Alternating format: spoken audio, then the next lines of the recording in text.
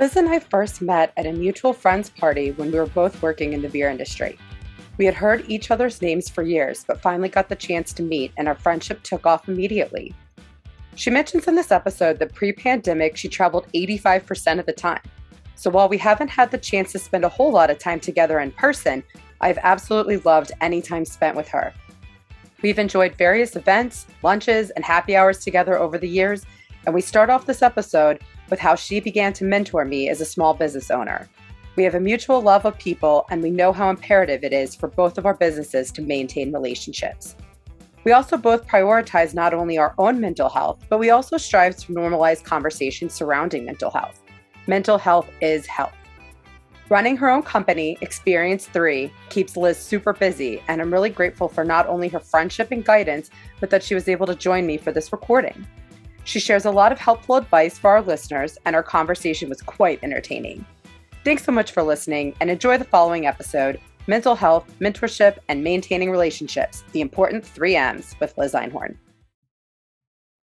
My guest today is Liz Einhorn of Threee. She is the founder of Threee, I should note.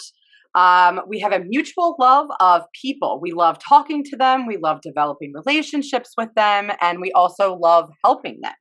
So her and I met when we were both working in the beer industry, which now feels like a million years ago. But one of the most, kind of pivotal moments of our friendship is when I was leaving the beer industry and going through a rough time. You took me to lunch at the Dutch.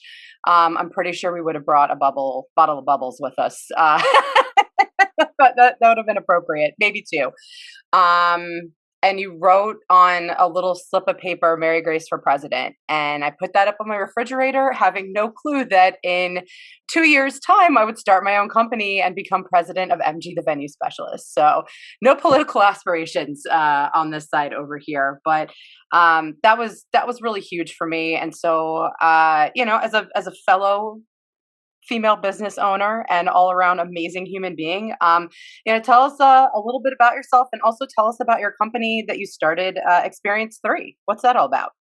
Awesome. Well, first of all, thank you so much for having me. I'm really excited to be a part of the podcast and everything you're doing. I'm so proud of you and so excited for you. And I'm just really humbled to be here. It's really, from where I sit, it's really exciting to see how you've grown. And I'm just excited to see what develops as well. So Threee, I've had for 4 years now, which is bananas to me. It feels like I just started yesterday. We're a growth strategy and consulting firm. So primarily I do work with clients that are in the hospitality space, the beverage space. That's where I came from. But the principle of Threee is the 3 E's, which is explore, educate, engage. So it's a 360-degree view of looking at opportunities for clients. A lot of times people think that growth, and we'll talk about this today, what growth looks like in a pandemic, growth strategy in a pandemic is a lot of fun. But keeping that in mind, like growth doesn't mean just like right when you're started or when you're stuck. It's at any point in the cycle. If you have a brand, if you have an organization that you're trying to engage with an audience, explore is business development. Educate is training and process management and making sure that you have all the fundamentals in place so that you can engage, which is really execution. And so like what that looks like for our clients can be anything from, RFP responses for the airports, so helping them grow their businesses in non-traditional Liz, can you tell our listeners what RFP means? That's absolutely common. I apologize. It is request for proposal. So basically an RFP can be in an airport environment. It indicates like there may be a space in the airport that's currently a Dunkin' Donuts, but they might want a local coffee concept, or they might say it's a mixed use space that we want to have a full service bar or restaurant. So like one of the projects that I've worked on is there was a bid that I worked on that I created a concept, Brewtop Social, which we won the bid, and it's now getting built in Seattle Airport. So again, the takeaway is explore, educate, engage, 3 E's. I saw working in the industry that more often than not, people were operating in silos. And it's an opportunity to make sure that there's no internal barriers to growth, that the left hand is talking to the right hand, that sales, marketing, and production are all on the same page, that you're engaging the right audience, that you have the right mindset, and that everything is grounded in how do you grow? And what does growth mean for you? Oh, I wish you could have helped out with our former employer, with my former employer. That would have been so helpful. It was, oh, the Well, left hand and the right hand were not always on the same page, and I'll it's a very frustrating experience to be in for sure. you will have the first ticket to the time machine that I somehow create. I haven't decided if I want like a time machine or a teleportation device. I think are both like high on my list. Teleportation might edge out time machine though. It's, I mean, I had never seen the second Bill and Ted's, and so Bob and I spent Sunday Never just seen vegging either out one. watching all three of them, and I think I think that it's supposed to be like an excellent representation of like what time travel really is. Hmm. Um, if only we could have actually had this, especially this past Oh my year and a gosh. half. Yes. Anyway, speaking of Sign me up. what did this last year and a half, look like for you with Experience Three? I think I probably one of the last times I saw you in person would have been shortly before, whether it was like at a Philadelphia Women in Food and Hospitality meeting or an event. And um, March 20th hits. Like, what Oh, clients were you working with at the time? Like, what did that look like sure. for you? So, big picture, like growth strategy more often than not indicates expansion. In a pandemic, growth strategy is survival mode. So, what that looked like for not only the clients that I was working with, but really like what did it look like for me and my company and navigating that. So, at the time, it's funny, the first week in March, Airport Experience News is the largest airport conference that happens each year. They're a publication. So, all different members of the aviation industry, like concessionaires that operate concepts, brands that want to be in the airports themselves, we were all at this massive conference together in Denver. So, I went there the first week of March, excited. One of my clients is Paradis Lagardère, and we do all of their experiential events and trade shows. We had several booths, Vino Volo's part of that as well. So we had like booths at the trade show. We did a client event. We did all this stuff that now seems like so foreign. um, but I did it right before kind of like that shoe dropped. And then, obviously with the pandemic, trade shows went away, client events went away. So that contract, which had been one of the largest contracts that the company had, and I had multiple people that were working with me on my team to support that, that was put on pause. So, I had to let employees go, which was a really hard conversation. I have structured the company so it's an S corp. I run it. I'm a sole ownership of it, but I have like contractors and freelancers that I work with that I'll build out the right teams. So like each project we do, I don't believe in like a black and white approach to any client. Like you're going to tailor it to what their needs are. So you're going to build out the teams accordingly. So, letting people go was really tough as part of that. But, and I had other contracts that like, I was just at this massive conference and like got all these opportunities and we're supposed to start all these projects and procurement and all of that shut down. And it was a really scary time. But also, I mentioned that the bulk of my clients are hospitality and beverage, but the principle of growth, the idea of, consistent and transparent communication, like that applies to multiple industries. So luckily, I was working with Nerd Street Gamers at the time, and we had to pivot the nature of the scope of the work that I was doing with them. But we had talked about, in terms of long-term planning, we had talked about me doing training for them. And basically overnight, within 48 hours, I became their corporate trainer. And there were a lot of really great things that happened because of that. First of all, we were able to keep people in their jobs. John Fazio, who I have tremendous respect for, he is the CEO of Nerd Street Gamers, which is for those that might not be familiar, it's an esports company that's based here in Philadelphia. And they're building out a new headquarters. They are. Yeah. They're at 401 North Broad. Just passed it, heading north on Broad yesterday. Yeah, so they'll have their headquarters. There's going to be so much great stuff happening there. They're going to have their headquarters there. They're going to have a local host, which is like their Nerd Street as an entity just has like so many different things going on. So that's actually a great segue. So local host was what I did the trainings for. So localhost is where people can go and they can play games. Because a lot of times, if you're playing games and like you and I are, you're in your living room, I'm in my office, like playing against each other, it's not necessarily an even playing field. Like you might have better tech than I have. I might have a better Wi-Fi connection. Localhost, it's a level playing field. So, you know, you come and you pay, like there's memberships, or you pay like an hourly rate to come in and play, but you're on the same equipment. Like you're sitting in the same chairs, you have the same Wi-Fi. It's a way to also socialize and engage, which is great. So it's They very can exciting host to like see that. competitions and things like that Yep, there. Are they they? do a ton of events. They do a ton of events. So great. We'll add that to, you know, your registry of events and event venues for sure. But getting us back on track, you know, I was really applauded John because his thing was like the mental health of his employees, like during all of this and making sure people were okay. And, you know, organizations, if somebody was being trained, like they could be getting paid to being trained. So we did training for several weeks. And I remember people were like, oh my gosh, it's the lockdown. And like, you have a business. Are you okay? I'm like, I'm on Zoom calls 16 hours a day. I'm fine. I'm fine. I'm Netflix. Netflix is my friend. Takeout is my friend. Like support restaurants, like we're good. And I actually, you know, I was 3 years in to having the business at that time. So I'm really grateful that I was established financially. I was established. I was secure there, you know, coming into this. I was really lucky. Obviously I took a big hit, like, you know, what I anticipated the year would be financially was very, very different.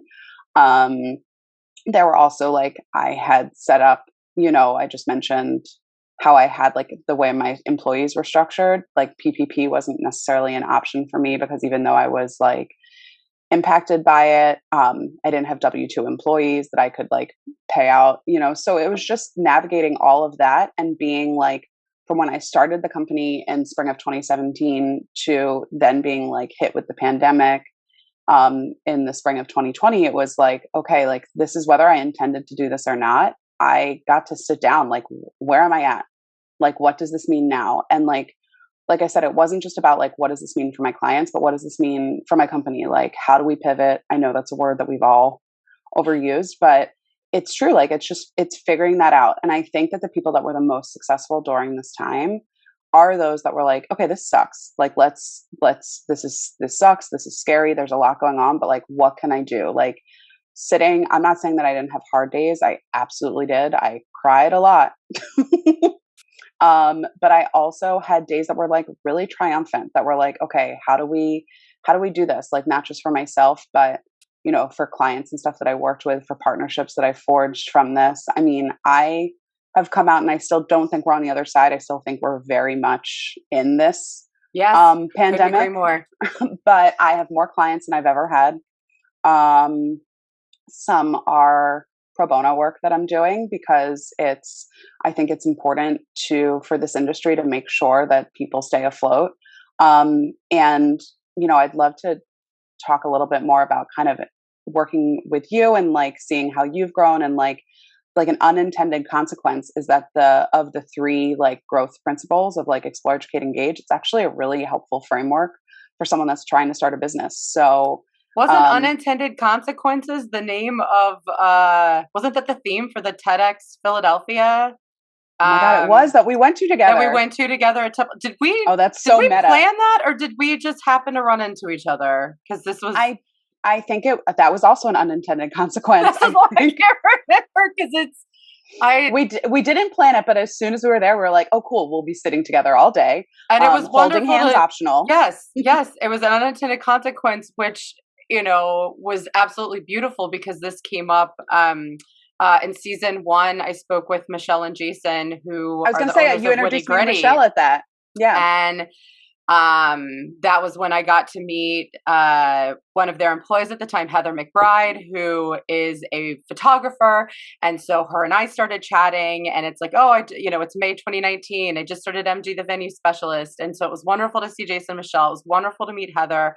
It was wonderful to spend the day with you. And obviously it was a very long day, but it was such a long day. Amazing. It's intense. Like, it is. I had not really watched a whole lot of TED Talks prior to that, and so it was a very fascinating experience for me. And if you would have told me, okay, in 13 months' time, like you and Heather, like Heather's gonna literally save your life because she's gonna come up, we're gonna start talking about micro weddings, and we're gonna put these packages together with the florist that she's friends with, and literally saved me, during the pandemic to be able to offer these micro wedding and elopement packages. So it's unintended consequences. It's bonkers. And to even, I want to use the word bonkers more. Just keep that just life goal. Teleportation device, use bonkers more. But ironically, also to talk about like bringing things full circle, part of the training modules that I did for Nerd Street, we used TED Talks because they were great. There's some TED Talks that are out there that aligned with like customer service or, in terms of dealing with teams and working with each other, emotional intelligence, things that are out there. And there's smaller talks, like some of them are longer, but like these like 8 to 12-minute talks I found were really integral for sparking conversations with each other, especially when you're doing it through a screen. It was we lived in the upside down. We're still in the upside down. So it's like, what can we do to navigate that? I also think like it was a really exciting time for beverage too. Like basically like where we were prior to this and where we are today in terms of like e-commerce and how people are shopping and what they're shopping for. I mean, essentially we just catapulted and accelerated what was going to happen 3 to 5 years from now. And canned cocktails, they are everywhere. Everyone's doing it. Damn near every brewery is making a seltzer, and it's, I was just cracking up over the weekend thinking, do you remember the summer when they came out with Not Your Father's Root Beer? And I couldn't go into a Wegmans without like 9 people coming up to the beer director at the store with someone frantically like, do you have any today? Do you have any of the root beer? It's the sugar rush. I talked about this. There was another podcast I was interviewed on where we were literally talking about Not Your Father's Root Beer, Coney Island, which being at Boston Beer, like had Coney Island, and then the shift that, I then launched Truly a couple years later. And now what we see today, like people went from wanting these sugar bombs to like, is this gluten-free? Is this sugar-free? Is this, are you using monk fruit? Are you using stevia? What's happening? Actually, one of my clients is Canteen Spirits, so we're ready to drink. So it's Canteen Vodka Soda, Cantina, which is like their tequila soda, which is my personal fave. And it's been really exciting to kind of see what's happening. And also, you'll appreciate this being from Texas. I've had to explain to a lot of people what ranch water is. I have no idea what ranch water is. Oh my gosh. So it's huge in Texas. It's huge in Austin specifically. So ranch water traditionally is tequila, lime, top it with Topo Chico. Oh, okay. See, I moved to Philly when I was 18. So fair. So I didn't know anything about alcohol whatsoever. Clearly, you were not drinking at 18. I think Zima was the rage at the time. So I have a serious question. Yes. So like Zima came back, and like obviously there were a lot of conversations around Zima. Am I allowed to ask you questions? Is that allowed? Yeah. Great. That being said, so I remember like launching Truly, like having all these conversations about stuff. I was not aware that you were supposed to put Skittles in Zima. I mean, that was not something I did. But apparently that was the move. I don't recall Skittles, but I feel like maybe Jolly Ranchers. Going back to sugary substances. It's I remember wine coolers, like those were a thing. Oh, it's amazing how far the beverage world has come, and so it's been super cool to see how everyone's kind of adapted and how even the beauty of like, okay, now like all these distilleries were making hand sanitizer at the beginning, like it just and that kind of rolls into my next question and the next subject. Like you and I are both all about helping people, and we use our skills and our talents in different ways. And I feel like you have mentored me so much and been like, okay, you need to sign up for this, or like you need to talk to this person, or like you need to go here. And I feel like I've always tried to do that for other people. And so when I've been able to like absorb these resources, share them with other people. I even had at an industry event a couple weeks ago, I met this wonderful couple that are wedding photographers that have also opened up their own like small kind of like a super tiny wedding studio in Coatesville. Oh, cool. And when I, reached out to them and I was like, here's my contact information. I'd love to connect. And I know you guys said you needed some like resources or needed to connect with people, refresh my memory, what you were looking for. And their response was, you're being so generous. Like, what can we possibly give you? And I was like, pay it forward. Like, this is, I love you. kind of it's the same way that I have, venues sometime asking me, about like commission or, and it's like, I'm not here for, I'm not trying to, obviously I would like to get paid by my clients. Yes. But I, if I've taught you anything, if that client should pay you, yes. But I'm on time. I'm not 50% here down to, first. Go on. Force specific venues on anyone because like I'm going to get some sort of payout. Like it's 100%, you said things aren't black and white for you with your business. And it's the same way for me. Like every single individual, like you have to tailor and custom, their needs and figure out what's going to be best for them. And so that's, it's the same way with mentorship and it's the same way with like everything else that we do, that you have to be fluid and adaptable and also have a sense of humor about it. Absolutely. Being nimble, laughing about it, it's crucial. And you unpacked a lot there. Like I would say, let's work backwards. So one, you're amazing. I'm just going to shout that out on the podcast. You did not pay me to say that. This is not sponsored. This is just my belief. But I got a think text message from my parents earlier. They were asking you to say that. That's really where that came from. Oh, that was that number. Okay, good to know. I'll save it. Hodge parents. Excellent. But that being said, I think that, and I still get excited by hearing you talk about what you're doing, because at the end of the day, you're passionate about what you're doing. You're excited. You care. And that's why, sure, like fundamentally, you understand what you need to look for. You get the logistics. You understand what you need to look for in a venue. You understand, you can take the metrics of what a couple, whoever's hiring you for an event, like you can take what the client's needs are and then you can apply that to your knowledge, but you also have fun doing it. And that's one of the things that like I always encourage business owners to think about. Like, why are you doing this in the first place? Like I really enjoyed, you and I can talk about this till like as the day is long. I like talking to people. I like finding out what their goals are for their business. I was never the sales rep that was like, okay, this is my product. Have a nice day. It was like, tell me about your business. Like, what do you have going on? Like my clients came to me because I could talk to them. Like I was consulting for years without realizing it. Like, excuse me, I apologize. So I think that there's something to be said for that. Like when you cultivate the relationship and it's coming from, an authentic place, like that's something that's really important. I also I applaud what you're doing because I also believe in karma. Like my goal is, sure, I want Experience Threee to be the fit. I want me to be the fit for whatever the prospective client's need is. But like, if I'm not the right fit, how do I help them find the right fit? I mean, I've had this business for 4 years and really had to do limited marketing because everything has stemmed from relationships that I've had, word of mouth, things that I've built. Because I think that there's something you also don't know. This is such an incestuous industry. People go from one place to another place and then back to the first place. And then like 3 years later, they then go back or they open up something else and they bring in somebody from somewhere else. So you never know what's going to yield what. You could have a conversation with there's someone I talked with right when I was starting. And then they hired me in 2018. Hadn't heard from them in 2 years. We had the pandemic. I always check in and we can talk about like kind of communication best practices if that's helpful. But I had, sometimes I had checked in, I hadn't heard back from him. And then he called me 3 months ago and was like, hey, your messages have not gone unnoticed. He's a restaurant group out of the Southeast. I'm under NDA, so I can't talk too much about it because it's for an upcoming airport RFP.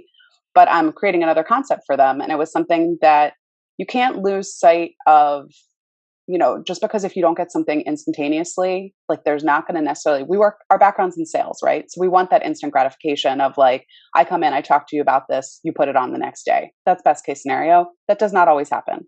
And when you're running It's your own business, it's so important to understand like you need to have things in the pipeline. You don't want to have everything. If you have everything all at once, you're probably not going to have the bandwidth to execute the right way.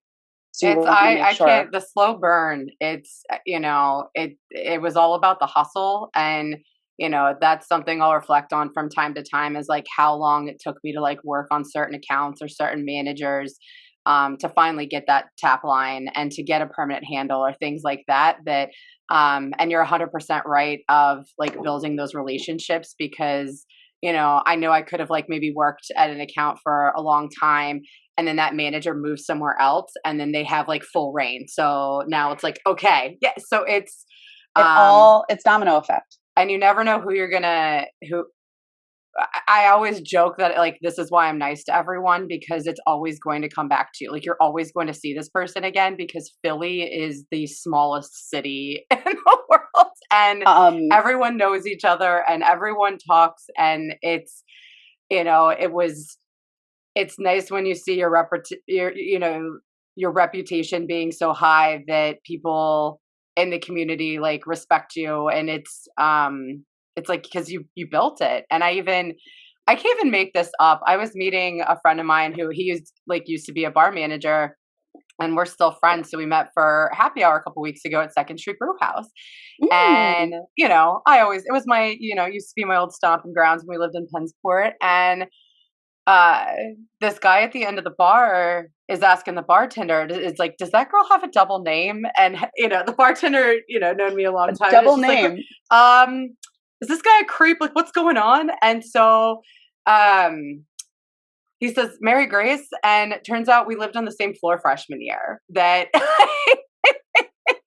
That's amazing. and so 21 years ago at Drexel. Holy moly, baseball bats. That's Because amazing. he's did you live on the third floor of Myers when you went to Drexel? I'm like, yes. Are you in here to kill me? Like, and so he had Did you have a purple toothbrush? yeah, he had very fond memories of me, and it's like, oh yeah, my girlfriend Casey and I, we thought you were great. It's like, man, that's amazing because my husband's always been very impressed is like when I'm able to pull kind of like, how did you know that person's name, where they worked? And it's like, that's what I do. Like Yeah. you memorize sports figures and players and statistics. Like that's what I do with normal people. Yeah. Just Oh, regular also, people. I mean, P.S. Tell Bob I say what's up. No, I will. I also think that's also like, so part of the Threee strategy too, outside of like the fundamental like business development, training, all that jazz, is making sure all the stakeholders are involved. Like sometimes the decision maker isn't the only person you need to talk to. And actually I'm adamantly against that. Like talk to as many people as possible, like get the full picture of what's happening. Because just like if people are going to go, we talk about how people can shift to different accounts or different organizations or companies or whatever, people can also shift roles. So, especially for folks like us that are seasoned reps that have been in the market for a while, if you go and you speak with somebody and when they're a bartender or a server, which by the way, they're going to have the most information. That's your gold mine. That's who you want to speak to 100%. You don't know, like down the line, they could be the beverage manager. Which has been So, very true in many instances. well, and especially this year with COVID, with so many people being furloughed or let go, like positions were consolidated. So you never know that. And there was somebody so I had, the one thing I'll say is I went from, and you know this, but for your listeners, I had a really atypical career track in beer. I went from doing sales locally in Philly, I did quite well, to then jumping to overseeing all the airports and concessions for the US. So it was quite the leap, literally. And I remember it was a really scary transition. So about 2 or 3 years into the role, I, had they're called Arias USA. They're a concessionaire that's based out of Miami. And I happened to be down there to give a presentation and I met their new like head of training who was like kind of attached to what I did, but he wasn't the beverage buyer, but he was new to the industry. He wasn't new to training, but he was new to the industry. And I honestly forgot that I did this until this summer. He reached out to me and he was like, hey, I'm with this company, Customer Gauge now. We want to talk to you. He was like, I talk about your email all the time. And so I pick up the phone and I call him and I'm like, hey man, what email? Quick question. What email are you talking about? Because I don't, Send a please lot help of me out. those. Yeah. And he's like, the email you sent me. And I was like, Carrie, you got to work with me here. I send a lot of emails.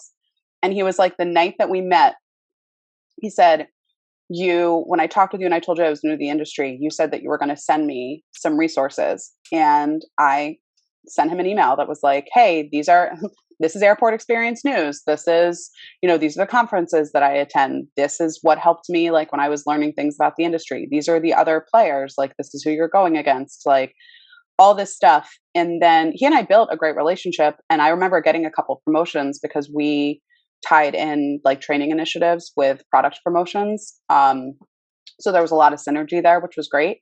And then, I moved on from that role. I got promoted, and he and I stayed in touch every so often, but I hadn't really this was my first time talking to him on the phone in almost a decade. And like, I was just like, I didn't even remember that I did that. And it's amazing. Like, it's so awesome to hear stories like that of like, you're just living your life. Like, you're literally just being Liz Einhorn and like, just. Thank you. But you're the same way, which is like why I gravitate towards you. And like, and I think that there's something that it's really important that we like support and amplify each other. Like, I think that it's very easy for people to get competitive. And like, my background's in sales. I'm super competitive, but it's also like, when do you compartmentalize that? Like, how do you prioritize like where it makes sense to be competitive and to have that drive you? And then where does it make sense and especially as a business owner, I cannot advocate this enough. You cannot do it all. Collaboration, not competition. So speaking of collaboration, I would love for you to tell our listeners all about Dumplings for All. Yes. And okay, awesome. I would love to know if there are going to be gluten-free options moving forward. And there were gluten-free options before. Oh, were there? Yeah. I got you. Okay. El Mercury, Guatemalan cuisine. Yes. Fantastic. Yes. I will make sure I will add you and Carrie too, because I always notify Carrie of gluten-free stuff, and I will now start doing that for you as well. For sure. All right, I'm in. I will eat gluten-free dumplings to help. And who are we helping? Tell us all about Dumplings for All. So, okay, this is a very exciting story. So you talk about what happened in the last year of the pandemic.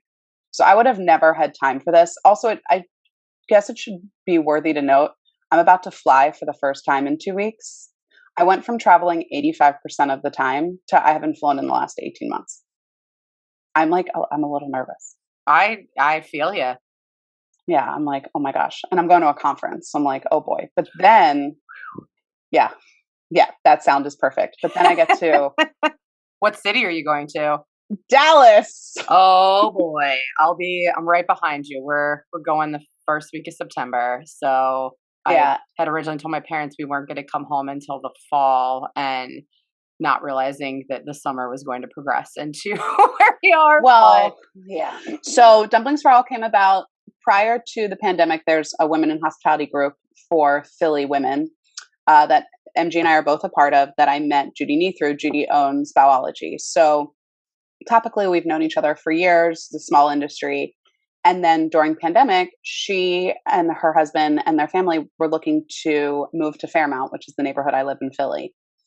So we just started having a lot of conversations from that. And then just as things were progressing in the world, we had a lot of conversations around food access, and both like firmly believe like food access is not a political issue. It's a human rights issue. Like, making sure people have access to food is integral, and doing it in a way that locally owned restaurants and who were suffering during the pandemic, particularly like women-owned restaurants, like how do we bring all these things together?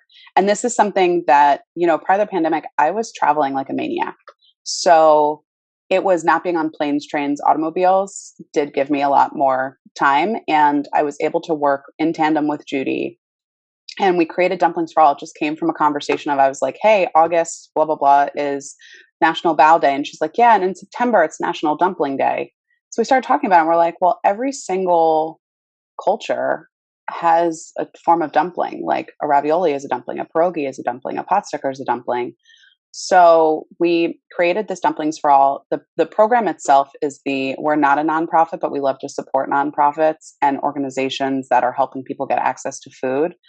And it's a series of food initiatives, the primary ones being centered around National Dumpling Day. So it's a buy one, give one dumpling initiative. So from the consumer side of it, you pay $20. It's the same cost for all the restaurants. That was something that was very important to us as well. There's a discrepancy sometimes where, 6 pot stickers will be $5, but 3 ravioli will be $27. So we wanted to make sure it was like an even playing field across the board. So with that $20 purchase, you got one set of dumplings in real time. But Talk, who is our partner, are you familiar with the ordering reservation platform, Talk? I'm not. They're out of Chicago. They're wonderful. Josh, who's our rep for Talk, I would love to sing his praises all day. Parade for Josh. Talk about great customer service and follow up and just being a genuinely good human. So Talk partnered with us so on the back end they could keep the counts. So we had 8 different restaurants that participated. This was not our intention. We knew that we wanted them to all be local, but they were all women owned as well, which was fantastic. So the restaurants got exposure, which was great for them. We had no outside sponsorship for it. So they would do their costs that, like, our stipulation was it needs to be the equivalent of a meal. And the $20 needed to cover their food costs, and also enough to produce 2 meals essentially. So then our recipient partner, our community partner, was North Philly Peace Park in the Sharswood neighborhood. They're an incredible, incredible organization. They also have a site in West Philly as well. And what they're doing for these communities is incredible. Like, they have the garden that's like, take what you need, because a lot of times in these neighborhoods, there's not access to fresh fruit or vegetables. Like, your supermarket, local supermarket is the bodega on the corner. And they also have a lot of community programs and things like that. So the consumers order the dumplings in real time, and then we had the counts on the end. So we donated over 200 meals to them, which was fantastic. That's awesome. And then is this a monthly program, or is so it? that was centered around, it's not monthly at this time. So the exciting thing is that, so especially with Talk as our partner, the plan is in the next 2 years, we're actually going to launch this in 20 other cities across the US. Oh, wow. So the Dumplings for All itself is the primary program is around National Dumpling Day, which is September 26th. So there's programming that goes around that. But again, throughout the year, as opportunities present themselves, we're just right now, you talked earlier about a slow burn. We're just doing this the right way. Setting the foundation. And just being cautious just in light of everything. Like right now, down the line in terms of scale, like this could be something that definitely has a lot of event potential, like a festival where you could try the different offerings and things like that. We're just not there yet, because of where we are in the world with the pandemic. Completely understandable. Yes, absolutely. But again, it's just like the takeaway for Dumplings for All is it supports programs and food initiatives that are going to help get food to people that need it. Love it. That's amazing. And then where can our listeners follow along Dumplings for All? Is there an Instagram page? There's at Dumplings for All. The 4 is the number 4. Okay. Wonderful. And we'll definitely make sure to share that on the Beyond the Venue podcast Instagram as well, of course. Especially now that we have gluten-free dumplings. Yes, so Liz, all dietary stuff covered. You are a busy lady. Yes, I'm tired. I would love to know, self-care. I know that you've practiced yoga in the past. I know, what are your self-care regimens? And then I know that you are also a huge advocate, like myself, for normalizing mental health. Absolutely. Mental health is health. And so I just wanted to kind of hear your experience a little bit about like how you take care of yourself, and any food for thought for our listeners. Sure. So mental health, I'm a huge advocate for. My number one thing that I'm grateful for during the pandemic was my therapist's ability to do telehealth sessions. Yes, absolutely. And I think that that's something that I didn't have to skip a beat there. And I think that it's really important I'm very grateful. I have an incredible network of friends and family who are supportive and wonderful. But I think having a third party to talk to keep you in check, who's neutral, and therapy is work. I subscribe to that. But I think having that is really important. And I'm very, very grateful for my therapist. He will be sent this podcast. And and I just think that it's, especially in terms of like entrepreneurs, like we talk about people that were getting up and running that I was supporting, and it's a really scary time. And I think on social media, there's so much that you see that people are like, oh, like, this is what I ate today. And, these are my, $85 million, like, silk pajamas that I wear, and my hair's not out of place. Like, come on. Like, like, guess what? I can't tell you, like, how like the mullet is the business in the front, party in the back. Like, to me, like the mullet of 2020 to 21 is like, I am actually wearing a dress today. So I'm contradicting myself, but it was like the business top sweatpant bottom. Like, oh yeah. Comfort is key. That helped me clean out my closet. I like went through and I'm like, if this isn't comfortable, I'm getting rid of it. Like, that is the one thing that I'm like, I will not bow to this. Like, it's important to, dress heels appropriately, but I was always anti heels to begin with. So. I don't think I will ever want to wear them again. So no, with regard to mental health, I think it's really important to check in with ourselves. I mean, I think this year, whether we wanted to or not, we were sheltering in place. We were at home. You spent time with yourself. So I think that's important. I think it's also something I'm actively working on, is being kind to myself. I think that that's something that's important for all of us to do. I think that as business owners, you can get caught up in the craziness of like, did I do this? Did I do that? Like, what do I need to do for the client? Like, no, what do you need to do for yourself? Because when you're right, you're going to be able to support your clients better. And it's setting boundaries. It's if there are people or clients or things that are toxic, like, remove them. Like, I've had prospective clients who, it's like when you're interviewing for a job, if you don't get a good sense when you're interviewing with them, what is it going to be like when you work for them? This has come up a lot in our well-struck entrepreneur group of, that concept of like breaking up with clients, or, just making sure that values are aligned, and that, right from the get-go, that you're making sure that you're going in the right direction, because it will ultimately affect, your mental health if you don't say no to a client that will just literally take you out. Right. And the client's not always right. The customer is not always right. We saw that this year. Like, I work with a lot of restaurants, and there are some people that have been, from a patron standpoint, that have been incredible. And there's others that like are very demanding and seem to not really recognize what's going on in the world. And I think this has blown my mind. There has definitely been an outbreak of entitled insanity of people just don't know how to behave like an adult when you go out to a bar or a restaurant anymore, because we were locked up for so long. And then socialization has taken a big turn. And these south. Poor flight attendants that are, I was just reading an article about like, this 22-year-old dude who had to get taped up to a chair because he was sexually assaulting the flight attendants and tried to punch a male attendant. Just, people are out of pocket. And so I feel terrible for everyone on the receiving end of this. So well, to take it back too, so like, I think a best practice, so let's answer all the questions. So with regard to customers, and like customers that are potentially like toxic or challenging, so a best practice that I subscribe to, that I encourage others that I work with to subscribe to, is you need to have a realistic understanding of bandwidth. So when you're at the stage of negotiating what's your scope going to look like, and this came from practice, this came from having the business for several years, like it's learnings, right? Like, you pick up things along the way and you're like, okay, this worked, this didn't.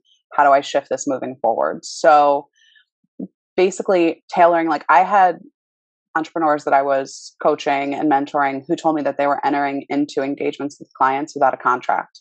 I was like, that's unacceptable. Oh, no. Unacceptable. Like, you need to have a contract, because that is, even if it's a very basic one. Well, it protects you as much as it protects them. It protects both of you. It also is how you're going to set a boundary. You detail the scope of like, this is what's covered, this is what's not. I had a large contract that I started with that we signed on to do an event, and then the nature of the event shifted. So our rate had been set, like it was a project fee, and we ended up doing double the work. And I had team members, so like they, I basically made no money on the project. And I was like, well, this will never happen again. And so it's like understanding like, okay, X, Y, and Z are covered. I work with a lot of like graphic designers, and I have them stipulate that this, whatever we're giving to the client, without going into too much detail, it's like you get one revision. So it's because things that are going to impact your time, you want to think about your time. You talk about self-care. It's being aware of time. And I'm working on that. I'm working on, I was somebody who, because I was traveling so much, routine was really hard for me because my schedule was so all over the place. So building routines, understanding what works, that's something that really helps me. And it's an active work in progress, but I like definitely recommend it. I think the more that you can be consistent with that, it will just help you feel more organized. I'm a list person, so I like doing, like, literally writing out the list. I get a thrill from checking things off the list. I will also admit that like I will put everything on the list so that I can like get that little, I did it. My new process has been like I've tried to use markers as much as possible during the pandemic to have like color. And so I'll make a to-do list in like my colorful markers. And then a couple months ago, finally purchased a balance bound planner.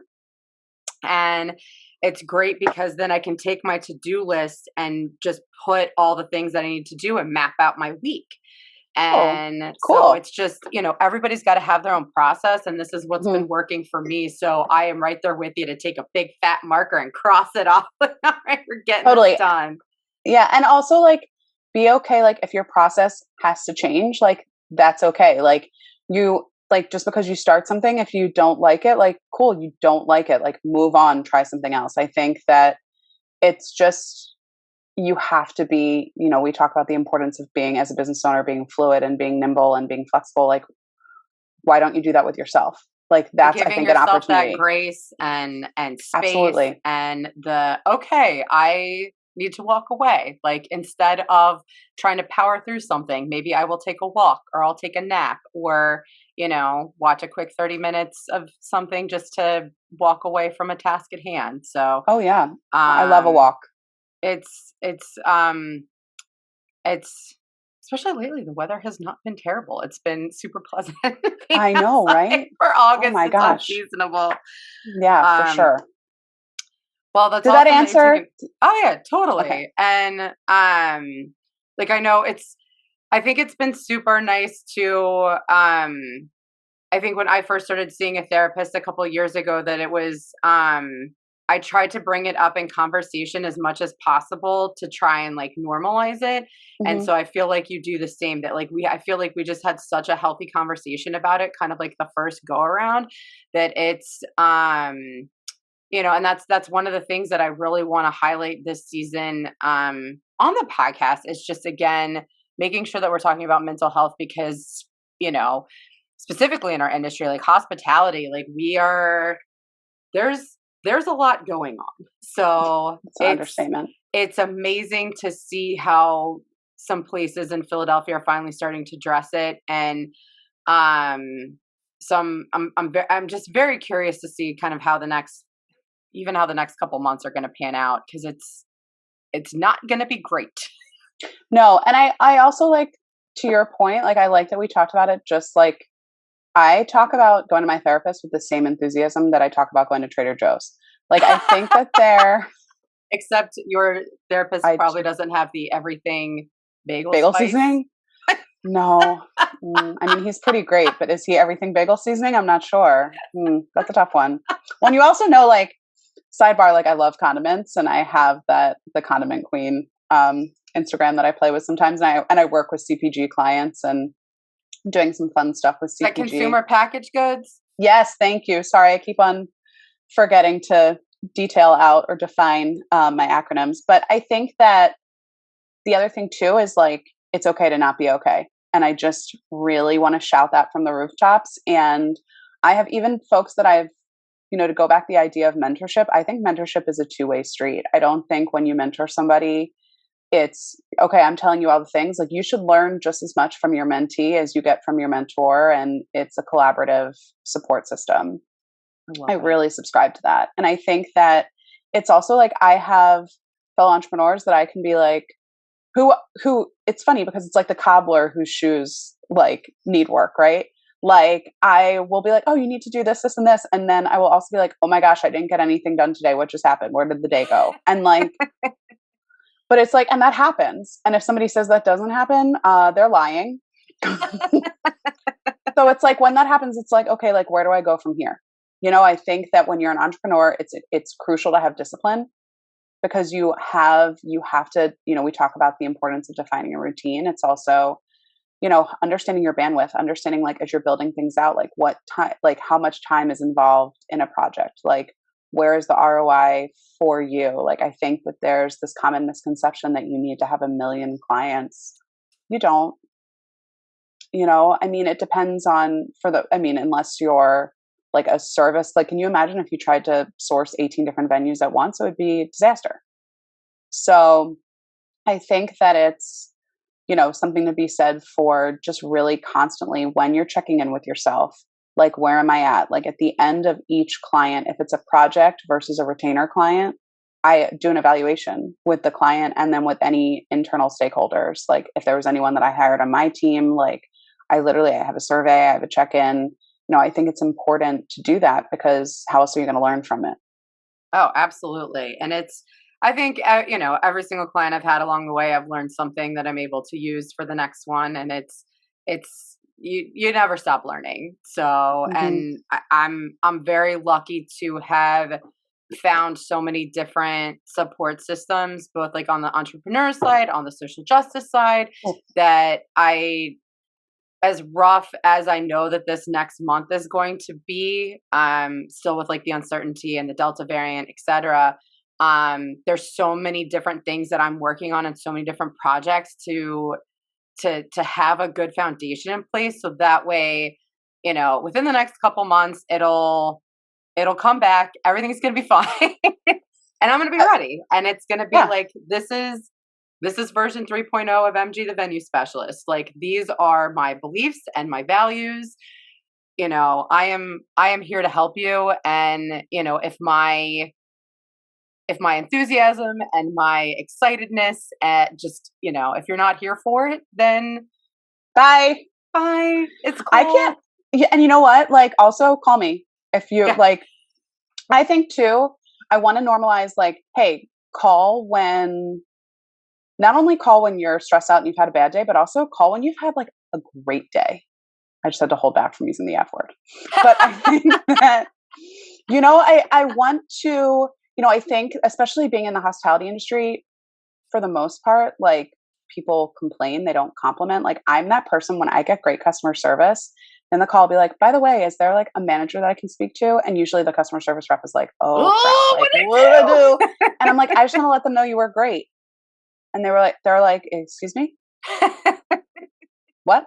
Come again? And I'm like, no, this was really helpful. Thank you. I want to acknowledge that. Like, I think as women, sometimes we're scared, or, you know, I can't speak for anyone other than myself, but I know, like, I sometimes get awkward talking about myself. Like, it's so easy for me and natural to be like, MG did this, like, Carrie did this, like, Lauren did this, like, and Kamara did this, and like shout people from the rooftops, and like, because I want to, because I also am very grateful and very lucky that I'm surrounded by like awesome women who are kicking ass and taking names continuously. But, you know, there's this stigma that if I'm like, hey, I did this today and it was great, it's like, like, what you doing about it? Like, no, you know, my Instagram posts definitely tell me to keep sharing my good news, because anytime great, do it. That's apparently my followers are here for that content. So I will just hi followers. Keep up the positivity. So Liz, my last question for you today is, I'm MG, the venue specialist. What is your favorite venue? Oh my gosh. I know it's a hard question because there's so many, and you're Little Miss Traveler. So so ironically, all right, you know, I love Philadelphia, but I'm going to go with a spot in Nashville. Interesting. Yes. It's called Pinewood Social. Oh yeah, we couldn't get in there because it was so like booked up. Like they're like, "Do you have a reservation?" I'm like, "No, I just want to have a cocktail at the bar." And they're like, "Well, you need to wait for like an hour to have a cocktail at the bar." Wait, no, I'm lying. I'm confusing my venues. Is Pinewood Social? They have like a bowling alley and stuff. Yes. That place is awesome. We did get to go there. We had drinks there before dinner at Husk. Oh, fancy. Sean McGrady. That's great. Uh, The Husk was Pinewood the first Social. place It's I ever awesome. ate pig ears. Very kosher. Oh, okay. Delicious. Okay. So Nashville, my company did I mentioned we work with Paradis Agradeur. So, and we worked with Robin and Michelle, were event specialists that I brought in who are phenomenal. And we did, it was called Step on Stage. We did like a mini music festival.